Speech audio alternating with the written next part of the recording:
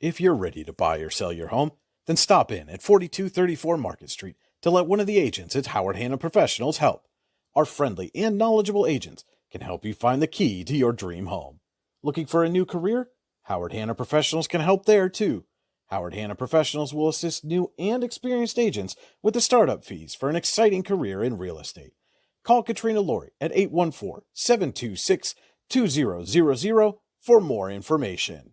Here at Casella, we make temporary dumpster rental easy, offering services that are perfect for construction, remodeling, special events, or other short-term projects. Casella dumpsters are available in a wide range of sizes to fit any job. Our dedicated customer service team will help you choose the right size container and service level for your project and schedule hassle-free removal based on your specific needs. The right size dumpster, when you want it, where you want it, removed when you say so.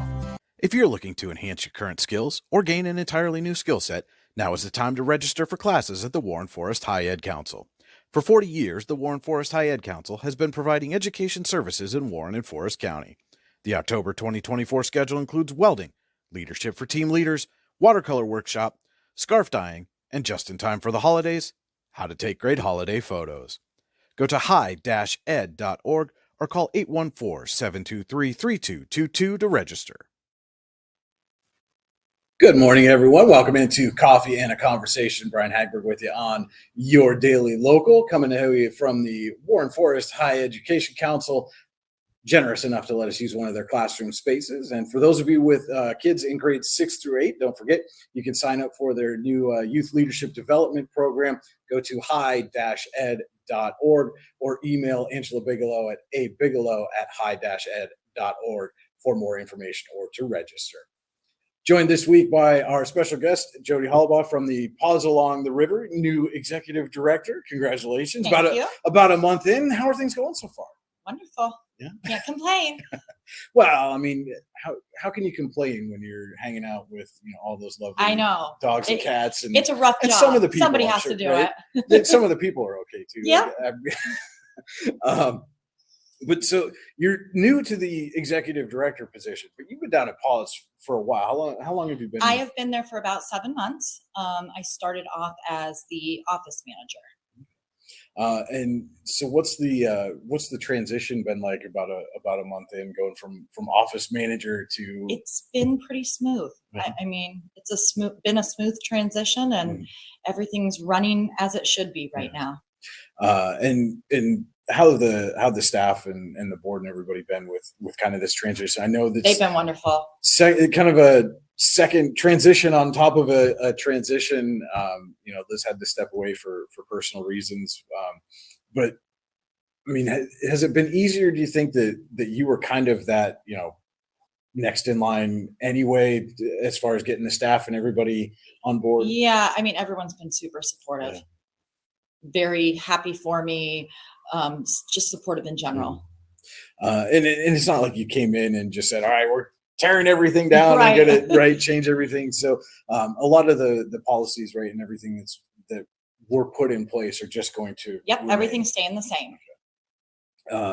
And so we were mentioning just before we went on air here that it kind of used to be you guys would open the door and you'd have a couple of people every so often come in, and now you said it's like you open the doors and it's like opening the floodgates. And some days are very chaotic. Yeah. I mean, we get a lot of people in.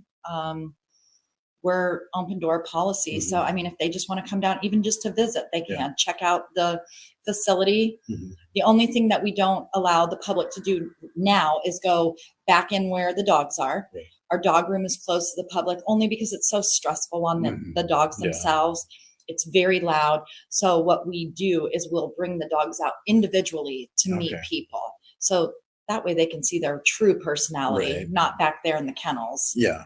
Well, yeah. And it's completely different. I know when my wife and I adopted our first family dog, I tell people all the time, we went out for ice cream one day and came back with a dog. So, but that was down in Butler, and it was the same kind of setup. We went in and they had a book, like a photo book.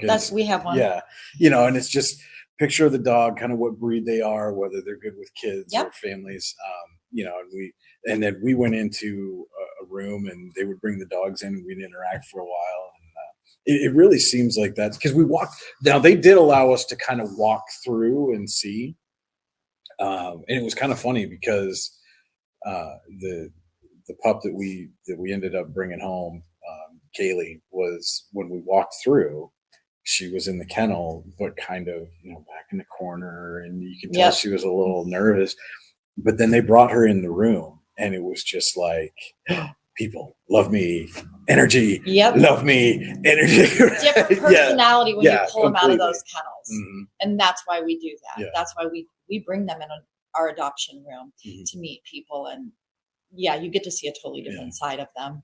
Does it seem like your success rate has gotten better with that kind of setup as opposed to? Oh, absolutely. And the adoptions have been rolling out on a consistent basis. There's no lull in it. I mean, yesterday we had 3 dogs adopted yesterday alone, and a cat. So, I mean, yesterday was a busy day. Any day that there's even one adoption is a good day for us. So to have 4 adoptions in one day, that was a really good day.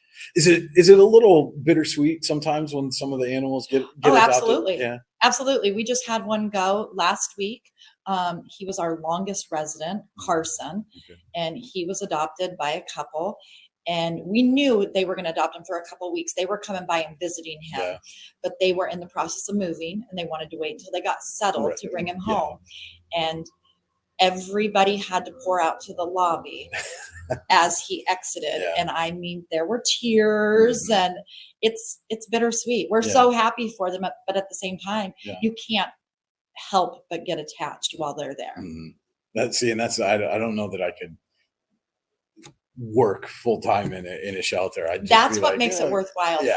If you didn't have that in your heart to have those emotions, it wouldn't really be worth it for you. But if you like what we stand for and like to see them go out the door to their forever, I mean, it's super rewarding. Absolutely. And that's, we couldn't advocate more for the work that you guys are doing down at Paws and trying to put these animals in with the best and most loving homes that you can find for them. And certainly hope that you guys are successful in every effort to get that done. And you mentioned kind of you open the doors and people are coming in, but you also have availability beyond your posted hours if somebody needs to make special arrangements. We're open Monday, Tuesday, Thursday, and Friday from 12:30 to 4:30, and on Saturdays from 12 to 3. Some Saturdays we do close when we do public events. We're out in the public, but we will accommodate people that maybe don't get out of work until 4:30, 5 o'clock. And if they want to come down and see someone in particular, call us, let us know, and we'll set up an after hours appointment for them. Yeah. And it's so important. I mean, obviously some people just have to, you gotta pay the bills. Right. And that's something I'm sure that you guys want to see, that they are, absolutely, capable of, not only providing a roof, but, food and veterinary care and all those kind of things. So, and I know you guys you mentioned one of the cats was adopted. I know I had seen for a while that you guys were kind of at capacity for some of the cats coming in. Is that still the case? Or? Right now, yes.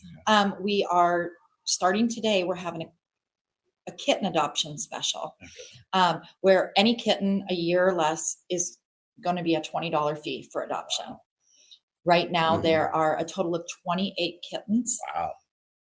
At the shelter. Yeah. So if you're looking for a kitten, come now see us. Now is the time. Now is the time. Yeah. And I know you, over the summer, you guys were doing a special program where kids could come in and read stories to the cats. And how did that go? And what plans do you have? It was wonderful. We actually got a lot of adoptions out of that. We hope to keep that going on a less consistent basis. We're not going to do it every Saturday. We have a lot of public events coming up, but going into the school year now, holiday breaks, Christmas break, spring break, we want to bring it back so the kids have something to do on their break and come see us. but they're welcome. Any family's welcome to come down, bring the kids down. If you just want to come down on a Saturday to visit, our cat room is open to the public. Most of the cats roam free in there during the day, so they can still come in. They can play with the kitties, hang out for a while, and possibly take one home. Yeah. Bring the kids so that when you're sitting there hanging out with the kitties, they can go, but Dad, please. So that was that we our family cat was a present to me that I had no idea was coming. I had like a short day at work, and I got home, and I knew my wife had taken the kids, and we're gonna go do such. And I had just gotten home, and I get this call. We're on our way home. Okay, we have a present for you. I'm like, really? For me?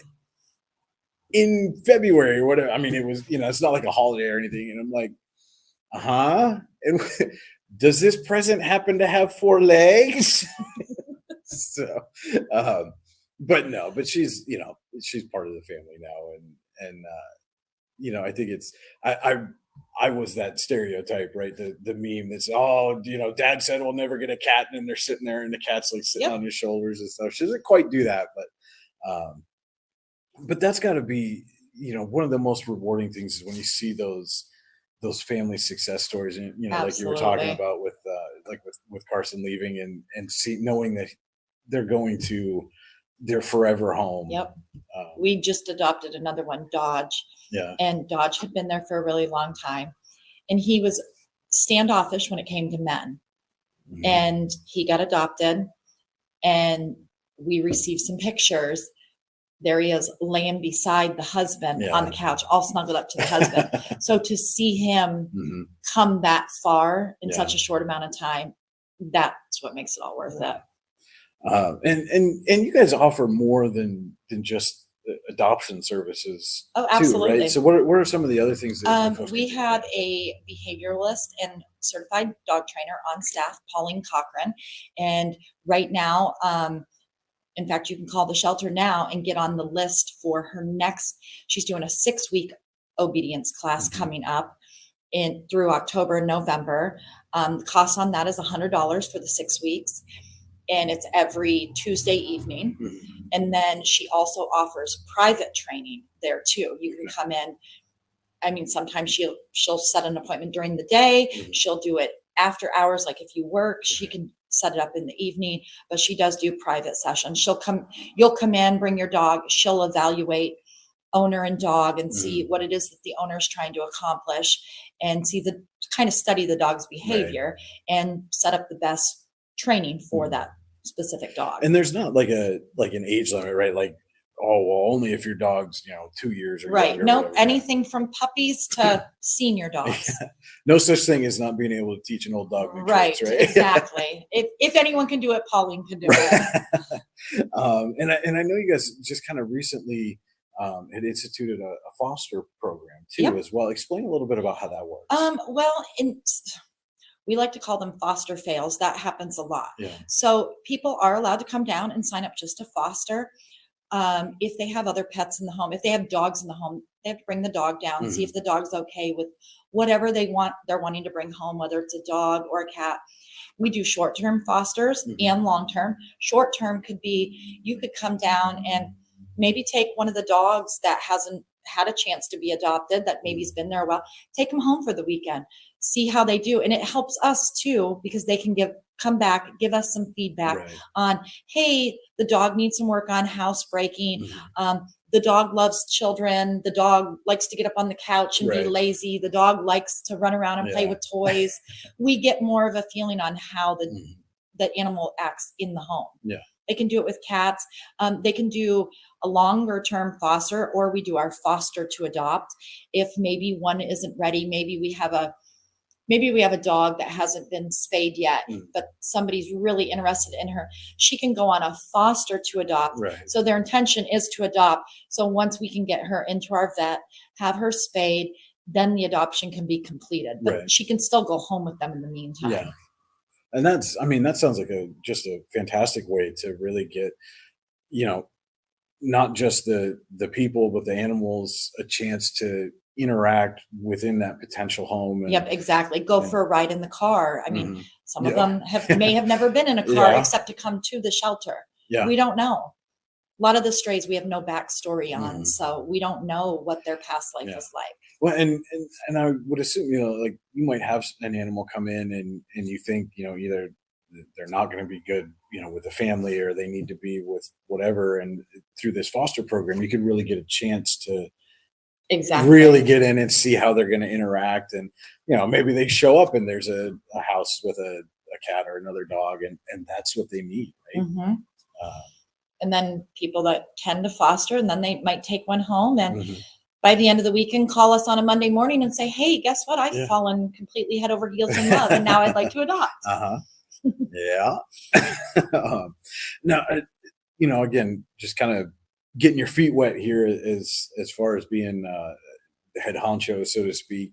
Is there anything that you're kind of looking at, maybe, new programs or something coming up down the line that we have huge news to announce. Okay. And you are the first one that I'm announcing. Exclusive right here. Public. Yes. It hasn't even hit our Facebook yet. All right. But October 1st is going to be the first date for our public low-cost spay and neuter clinic for cats. Okay. It is something that this area has needed for a long time. It's something that has been talked about for a long time, but it has now come full circle. We have a date. Details will come on our Facebook. Okay. They'll have to come down and pay up front in order to get on the list to be in that slot. So before October, or starting October 1st is when they can sign up. Nope. October 1st is going to be the actual first day of the first clinic that we're hosting. So details will be coming to Facebook, our Facebook page. Yeah. Hopefully today, if not today, by Monday, something will come up, and that will have all the rest of the details, and people can come down to the shelter and pay to get on that list, because spots will be limited. We have certain numbers, and I'm sure they will fill up fast. Yes. Very good prices on it. And we will also, along with opening this up to the public where they can bring their pets in, Paws itself, myself and my staff will go out and we will post notice. We'll post notice to Facebook. We will post notice publicly. You'll notice our signs probably along some certain streets in Warren. We will be trapping stray cats, and they will be a part of this program where we will have them spayed and neutered. We will re-release them in the area that we trap them in. But we just want the public to kind of watch our Facebook page, watch out for our signs that we post when we're trapping. Because if you do have a pet cat and you let it outside, we want you to know that you might want to take your cat inside. So therefore it's not trapped, because you're going to wonder why it's disappeared for a couple days. And it comes back with, it's ear tipped. Scar and and it has a scar where it just had a fresh surgery. So. They come walking in, you go, you've got a story to tell, don't you? Exactly. And this year from spring on, starting in about April, the amount of calls we were getting a week for stray cats, we still get them. Right. But during the peak of kitten season, really April, May, and June, we were filtering probably about 300 phone calls a week on people finding stray cats. Hence why we had to keep telling people, sorry, but we're full. We just had no cages available, nor do we have the resources. We are a nonprofit. We run strictly off donations. So in order to keep us going, we need the help of the public. We need the funding. We need the donations coming in. But this program here, I really think it's going to be such a huge relief and help to Warren County, and even with the stray population. Right. Because a year from now, if this clinic that we want to do, our plan is right now to run it the first Tuesday of every month. Okay. Of course, with limited spots available, but a year from now, the amount of cats that we will be able to spay and neuter to cut down on that population. Right. And so people quit finding a litter of kittens in their garage or their shed, or I mean, we had people over the summer find them in a drain pipe. Mm-hmm.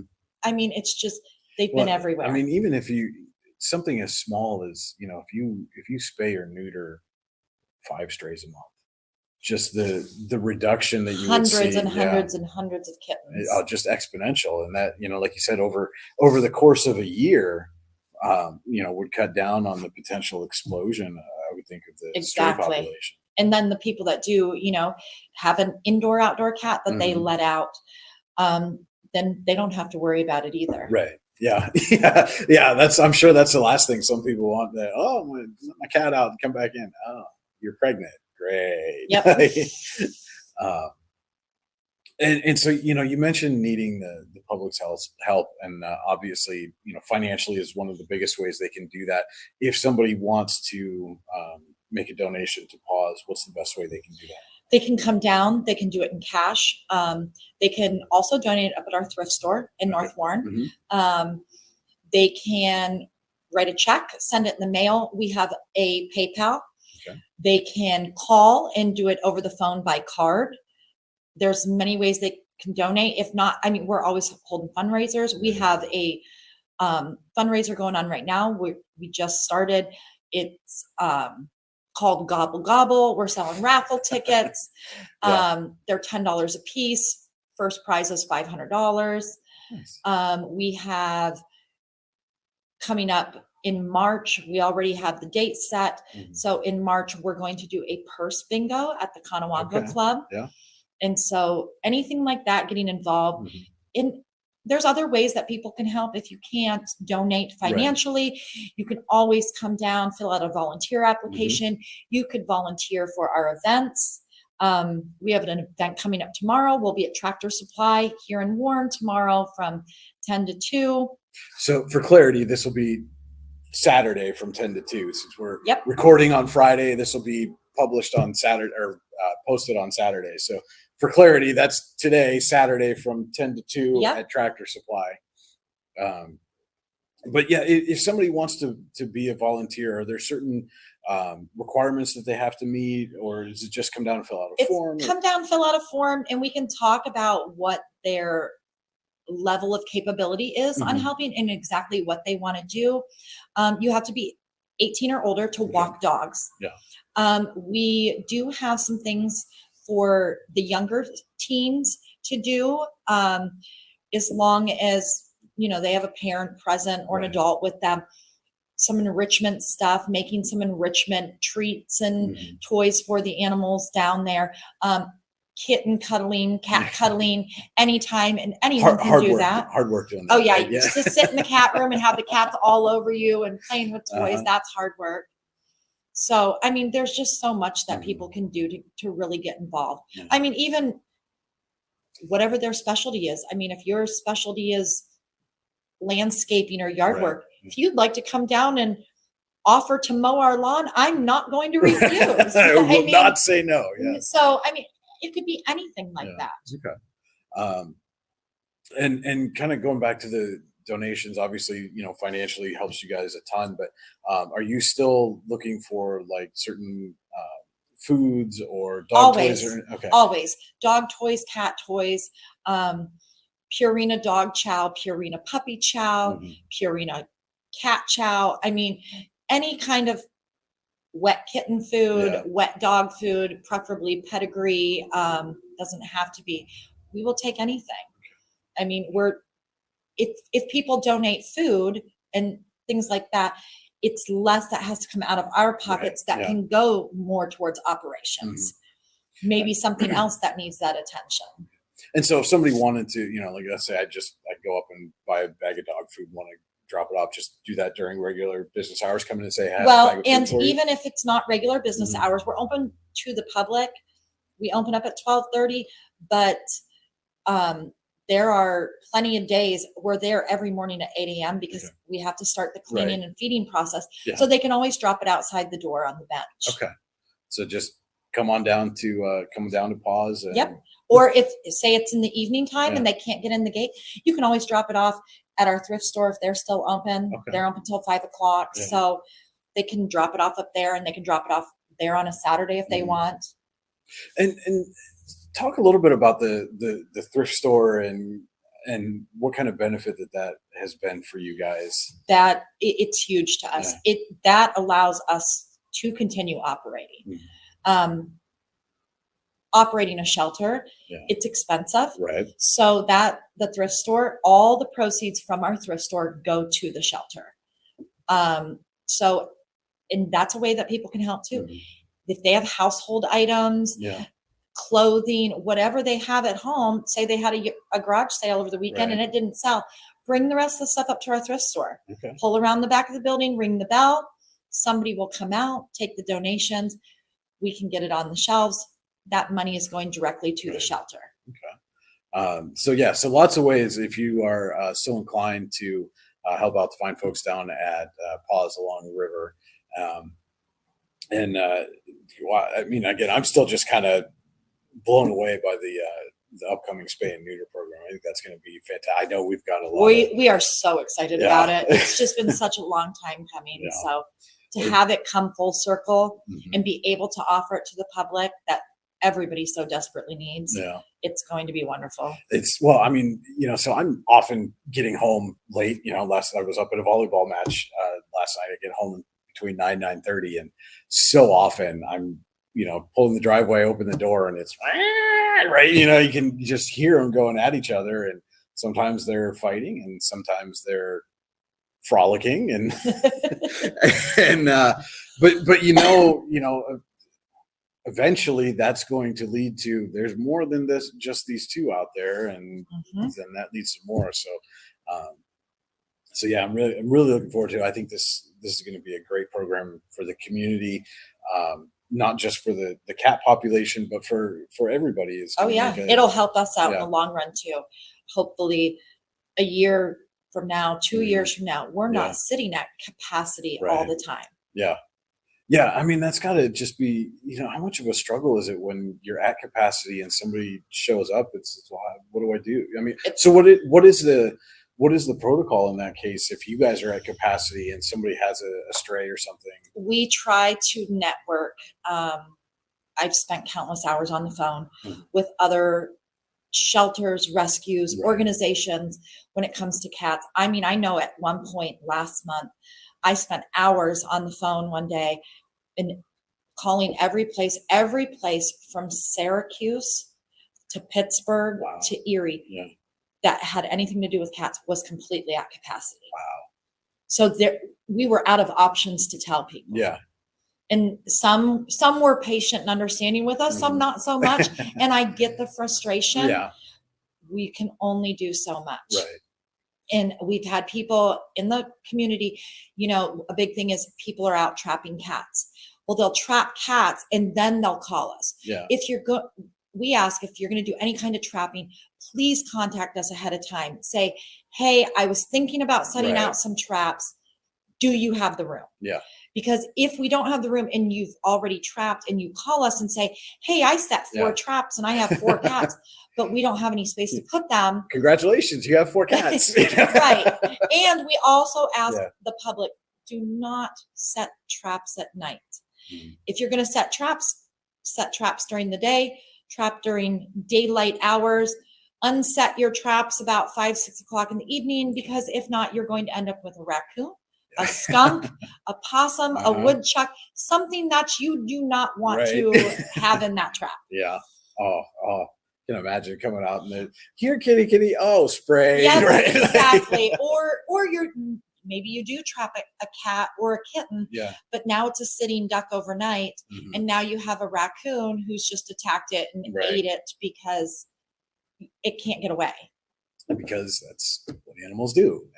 Right. So lots, and I would imagine, I mean, you guys are there too, even if people just have questions about things like that.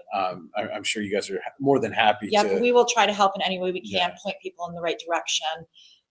If there is a direction to go. Right now it's just been the cat, for some reason this year, the cat population has been out of control. Well, and clearly it's not just here, right? No, it's everywhere. It's everywhere. A lot of people, we've had a lot of instances where people are moving out of rentals, even here around Warren County. they're just leaving their pets behind. We have at least one dog at the shelter right now that I know of who was left behind in a rental house. We have several cats. We just had a cat come in last week who somebody was moving into a new rental place, and they found a cat in there that the last tenant had left. We get it all the time. Yeah. So then they're letting them run, and they're adding to the population. Yeah. And I can't wrap my head around that. I mean, I'm one of those people that, you know, if I'm watching a movie and they're hurting the dog, like, yep. Was this really necessary? Did it add to the plot line here? I mean, but yeah, I can't, you know, and even in times of, you know, I would see pictures of people, you know, leaving like disaster areas, and that you see they've, you know, like carrying their dogs, or the opposite, they've like boarded their animals in, and I'm thinking, you know, even if you don't have room and you just can't take them with you, why would you set them up to fail? You know, I mean, at least let them have a fighting chance also. But I have a soft spot. It's hard. I tell people all the time, the work that we do down there at Paws, it's the most rewarding, yet some days mentally challenging to get through, because one day you see something like that come in and you're absolutely heartbroken and you think you've lost all faith in humanity, and the next day you get to see a dog walk out the door that has been at the shelter for 600-700 days. Faith restored, right? Yes. So it's an emotional roller coaster. I'm sure, yeah. Well, yeah, and I'm sure you've got to be, you know, just kind of mentally, emotionally, you know, you've got to be stronger than probably people really anticipate or would expect to be able to spend your days in the shelter, and, you know, like you said, caring for these animals, and probably seeing a lot of them at their absolute worst. Yep. But then on the flip side, like you said, after seeing them transition to their absolute best and get to leave. Yep. It's rewarding in the end. Yeah. It may have a rough start, but it's rewarding in the end. So, well, I don't want to keep you from doing that rewarding work. I appreciate you very much taking some time and chatting with us. And, you know, again, anybody who is so inclined, financial donations, cash, check, online via PayPal, food, dog, cat toys, drop them off down at Paws Along the River. Go down, fill out a volunteer form, help them out. Go say hi to them when they're out at these public events. I know we do. We actually got a chance to chat with you guys when we were down at Pride this past summer. So always good to see you. We have another one coming up too. October 19th. We'll be at Ed Schultz. Okay. We're going to do an event up at Schultz that day. We'll be there starting at 8 a.m. in the morning. There you go. So if you are watching today and it's between 10 and 2, head on up to Tractor Supply on the 19th. Head out to Ed Schultz. You can see the fine folks from Paws Along the River. Shop at the thrift shop as well. All those proceeds help out Paws Along the River. And again, Jodi, you and your staff, the work that you guys are doing is so much appreciated and so necessary. And we couldn't do it without our staff. Yeah. I just have to say our staff is some of the most hardworking individuals I've ever met in my life. Yeah. Our staff is amazing. I cannot ask for a better staff. Well, you know, and again, we appreciate everything that you guys are doing down there, and look forward to working with you, chatting with you some more as time goes on. But that'll do it for today. I want to thank everybody for tuning in to Coffee and a Conversation here on Your Daily Local. For Jodi, this is Brian saying thank you so much for watching, and enjoy the rest of your weekend. If you're ready to buy or sell your home, then stop in at 4234 Market Street to let one of the agents at Howard Hanna Professionals help. Our friendly and knowledgeable agents can help you find the key to your dream home. Looking for a new career? Howard Hanna Professionals can help there too. Howard Hanna Professionals will assist new and experienced agents with the startup fees for an exciting career in real estate. Call Katrina Laurie at 814-726-2000 for more information. Here at Casella, we make temporary dumpster rental easy, offering services that are perfect for construction, remodeling, special events, or other short-term projects. Casella dumpsters are available in a wide range of sizes to fit any job. Our dedicated customer service team will help you choose the right size container and service level for your project and schedule hassle-free removal based on your specific needs. The right size dumpster, when you want it, where you want it, remove